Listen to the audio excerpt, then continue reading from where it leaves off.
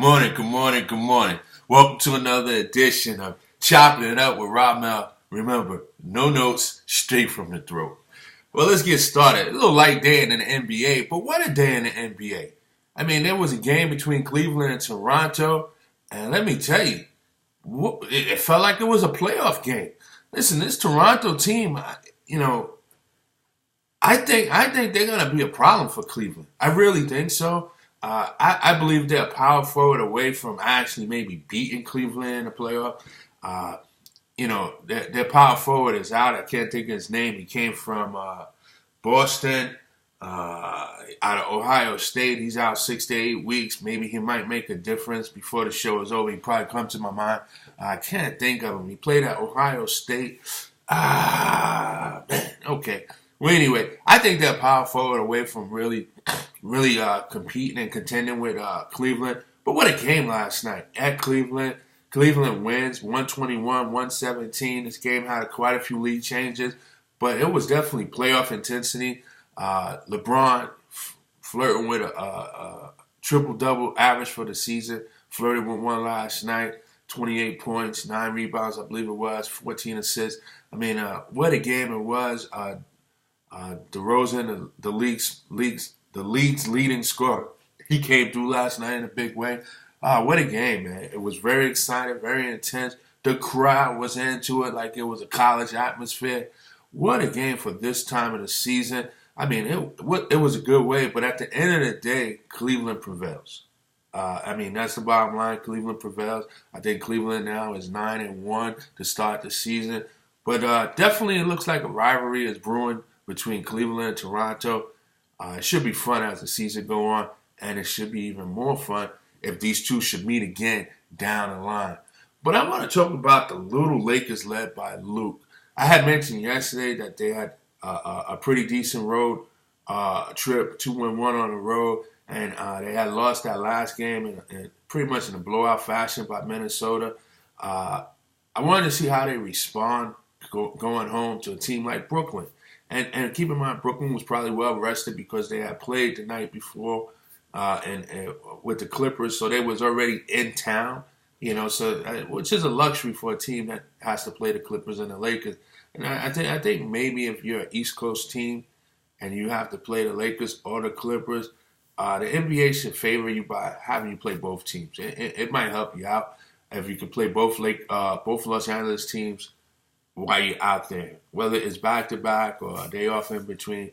It would benefit that road team that's traveling from the East. But nevertheless, what a win. What a win by the Lakers. I watched some of that game, and this guy, D'Angelo Russell, I remember him in the summer league, ice in my veins, Man, he had it going early from 3 in the first quarter. I mean, he just was coming down, pap, pap, pap. And I was listening through the Nets broadcast, and the Nets broadcast was calling them the Splash Brothers. And I was, what?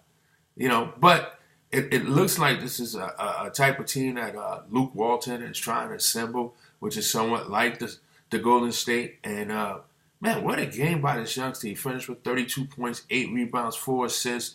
I mean, he could be a candidate now. And this is going to be strong. But he could be a candidate for most improved player this year. I mean, he's taken over a leadership role over there. I think he's everything what the Laker brass thought they were getting. He's performing very well, and right now, quite frankly, I can't say enough about him. He's playing good ball. Moscow, he had it going early. He finished with 20, and then here's a fact that you guys may not know, but it shows every game. The bench, the Laker bench, is the leading scoring bench in the NBA. Let me repeat that. The Lakers are 7-5 in a playoff spot as we speak, and have the leading scoring bench, led by Clarkson, who is 5th in scoring off the bench. Lou Williams. I mean, a lot of times those two guys, they take turns of who's going to lead the bench in scoring, but they usually get it done between the two of them. And right now, you get a little contribution from Black, and you get contribution from Ingram. They have and Larry Nance. they have a balanced attack coming off that bench. And I mean, kudos to Luke, man. Luke may just be the real deal, guys. He's got these guys feeling confident and feeling good about themselves. And you know what? They're playing good ball, and it's contagious among the team. This is a good story right here. You know, I can't help but to think about what DC said Sunday's call. He asked, actually, he asked me, did I think the Lakers was going to go to the playoffs? I said no. He believes that they're a first round team. And you know what? And as I responded then, I'll respond again. If they continue to play this way and maintain this pace, by all means, yes, they will be a playoff team. Dallas is struggling, so I don't think they're in. So that opens up a spot. There's always somebody that may fall out. And, you know, right now I think Utah and the Lakers is in, so Dallas is out. This is interesting. And we got to keep an eye on OKC. As they started the season hot, they've seemed to fall on some hard times. Let's see how they respond, because right now the Lakers are ahead of them at 7-5. They're 6-5. Remember, Westbrook was my early favorite for MVP, him and Kyrie Irving. I don't go against that, you know, but their team has fallen on some hard times, so we have to see how they respond back to that. But what a game for the Lakers, man. I mean, the little Lakers led by Luke, they seem to impress me every week. You know, the last week the power rankings came out. They were ranked number 15. This week they remain the same. So good for them, man. I mean, this is a good story, and yeah, I think they may be there towards the end of the season, especially if they continue to play this way. I still don't have them in my playoff. I didn't have them in my playoff list, and I'm not going to change that. But I can't hide the fact or deny the fact that these guys are playing some good ball. They're really playing some good ball. They're really playing some good ball. All right? Moving right along, you know, not too many games to really talk about in the NBA. The only other thing to talk about is this controversy that took place yesterday with Phil Jackson referring to LeBron and his friends, or LeBron and his business partners, as a posse. And it looks like LeBron and his business associates took offense to that. And I was listening to a lot of NBA talk radio yesterday, and callers was calling up and expressing their displeasures or just expressing their opinion about it. Listen, I'm going to give mine, and I'm going to keep it short and brief. One, Phil needs to keep quiet. He has no reason to respond to anything that's pertaining to LeBron and Cleveland, other than if he wants to accept responsibility for helping them win a championship with the trade of J.R. Smith and Iman Shumpert to the Cleveland Cavs for Lance Thomas, all right, in a 3-team trade that see Dion Waiters go to OKC. I mean, I'd rather have Waiters than Lance Thomas, but that's a different story. But otherwise that, you know, Phil, please keep quiet once again. I mean, referring to LeBron and his business associates as a posse, listen, I don't think that's a derogatory remark at all, and I don't think it's offensive at all. However, it's not about what I feel and how you perceive it to be, Phil. It's how they make it. This is a very successful group. They take pride in what they're doing. They got ties with other athletes. They are managing other athletes.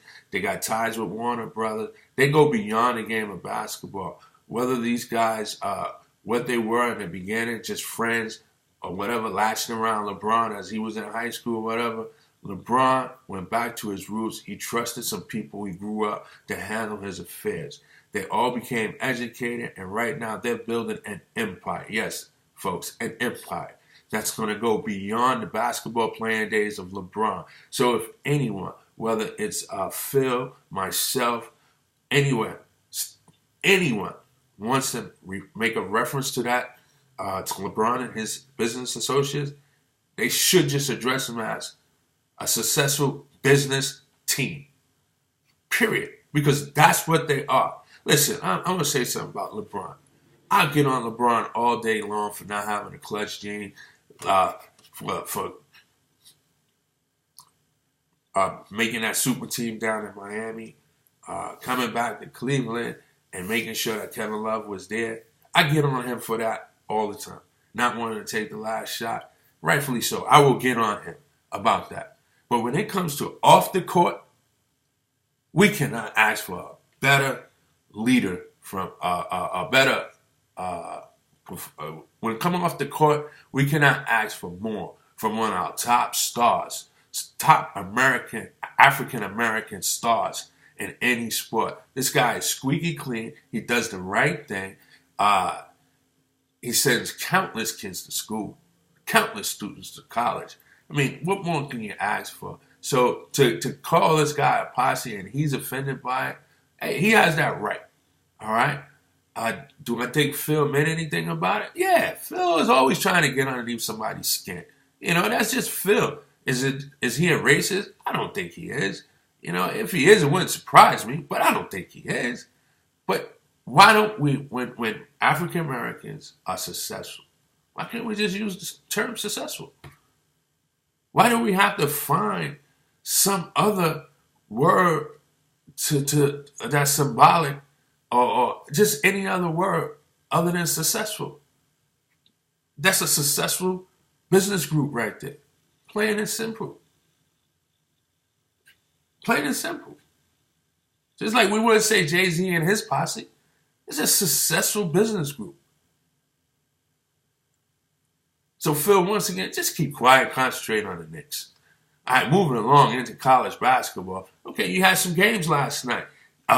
Kansas, after suffering a loss to Indiana, they redeemed themselves and beat the number one team in Duke. So, you had that. Baylor upset at Oregon, and I didn't realize Oregon was the number 4 team in the country. They got upset by Baylor. Teams like Kentucky, North Carolina, they roll on, But speaking of North Carolina, this is a little sidebar. A young lady by the name of Rhonda that I grew up with back in Ravenswood Houses, she's like family to me. My door was open to her and her brother and even her cousin, my man Eddie Ness. And her door was open to me, my sisters. And, we're like family, cousins, man. Really, we are. We're literally cousins without the same blood, But I want to take this time out to shout out her daughter, Stephanie Watts.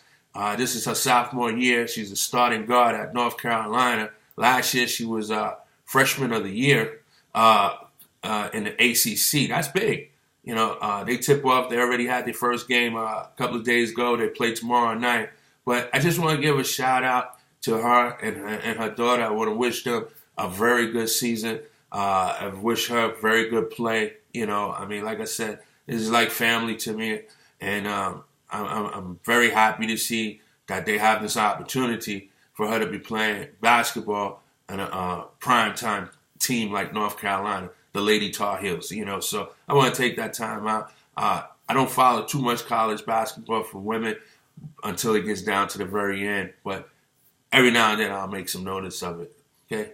On other news, the National in baseball, MLB, the Managers of the Year was awarded. A little surprise here in the National League to see Dave Roberts capture that over Madden over there in Chicago. They didn't win 100 games. Nevertheless, he was the first year there, rookie manager. So, maybe that has something to do with it. But he's one of the 6 rookie managers to win that award. And then no surprise in Cleveland, Terry Francona. What he did with Cleveland, I don't think anybody had Cleveland going into the season. I think Cleveland was riding off the high of the parade, and it just kept going. LeBron was showing up to games, practices, whatever it was, giving them some kind of emotional speech, motivational speech. And quite frankly, it paid off. LeBron did it just paid off. And Terry Francona, who is a formidable manager and has won championships with the Red Sox, done a fantastic job. So doesn't surprise me there. But that's going to do it for today's show. We'll talk more about the upcoming games in football tomorrow. And also keep in mind that boxing match, Andre Ward and Sergey Kovalev, the Bone Crusher, that's coming up Saturday night. So we'll speak more about that. So I'm going to wrap it up with that, and I'll see you guys at 24. Remember, peace and blessings. Y'all have a great day.